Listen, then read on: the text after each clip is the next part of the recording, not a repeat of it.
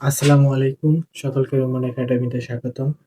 ২০২৫-২৬ শিক্ষাবর্ষে রাজশাহী বিশ্ববিদ্যালয়ে এবছর যারা ভর্তি পরীক্ষা দিয়েছো, যারা উত্তীর্ণ করেছো, সাবজেক্ট চয়েস দিয়েছো, সকলকে অভিনন্দন।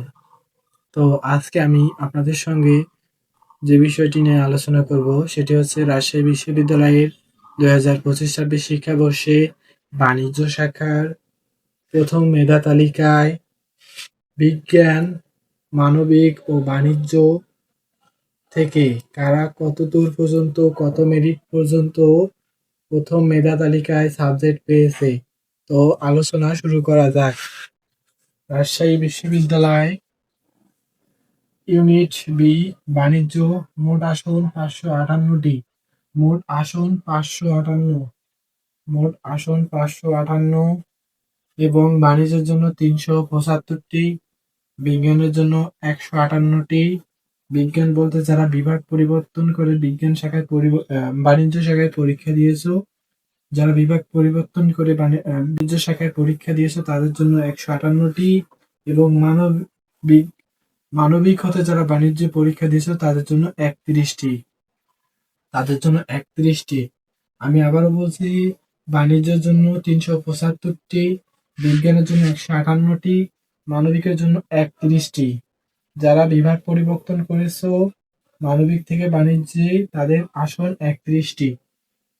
এবছর ২০২৫-২৬ শিক্ষাবর্ষে রাজশাহী বিশ্ববিদ্যালয়ে সাবজেক্ট চয়েস দিতে যেহেতু টাকা লাগে না, তারা সকলেই সাবজেক্ট চয়েস দিচ্ছে। অর্থাৎ মানবিকে যদি আমরা দেখি, মানবিকে বিভাগ পরিবর্তন পরীক্ষায় ২০২৫-২৬ শিক্ষাবর্ষে ৩১ জন সাবজেক্ট চয়েস, যার প্রথম ৩১ জনই সাবজেক্ট চয়েস দিচ্ছে। অর্থাৎ প্রথম ৩১ জনই সাবজেক্ট পেয়েছে। প্রথম মেধা তালিকায় মানবিক হতে ৩১ জনই সাবজেক্ট পেয়েছে। এরপর বিজ্ঞানে যাই। বিজ্ঞানে 158টা সিট বরাদ্দ।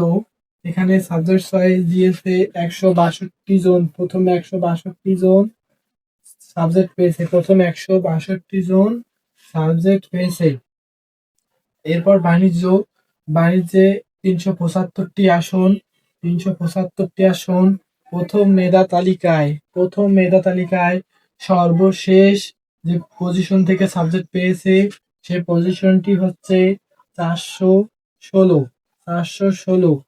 তো শিক্ষার্থী বন্ধুরা, তোমরা হতাশ হও না, এখনো দ্বিতীয় মেধা তালিকা দেয়নি। এখানে দেখতে পাচ্ছ, যেহেতু রাজশাহী বিশ্ববিদ্যালয়ে সাবজেক্ট চয়েস দিতে টাকা লাগে না, তারা সকলে দেখার জন্য হলেও সাবজেক্ট চয়েস দিয়েছে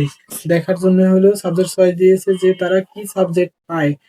এখানকার মধ্যে অনেকেই জগন্নাথ এবং জাহাঙ্গীর ঢাকা বিশ্ববিদ্যালয়ে ভর্তি আছে এবং বিজ্ঞানের ক্ষেত্রেও একই।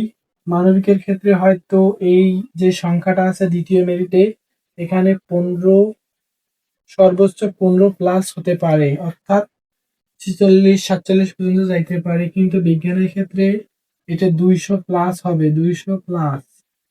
এবং বাণিজ্যের ক্ষেত্রে হয়তো 800 থেকে 900 প্লাস যাদের তারা সাবজেক্ট পাবে।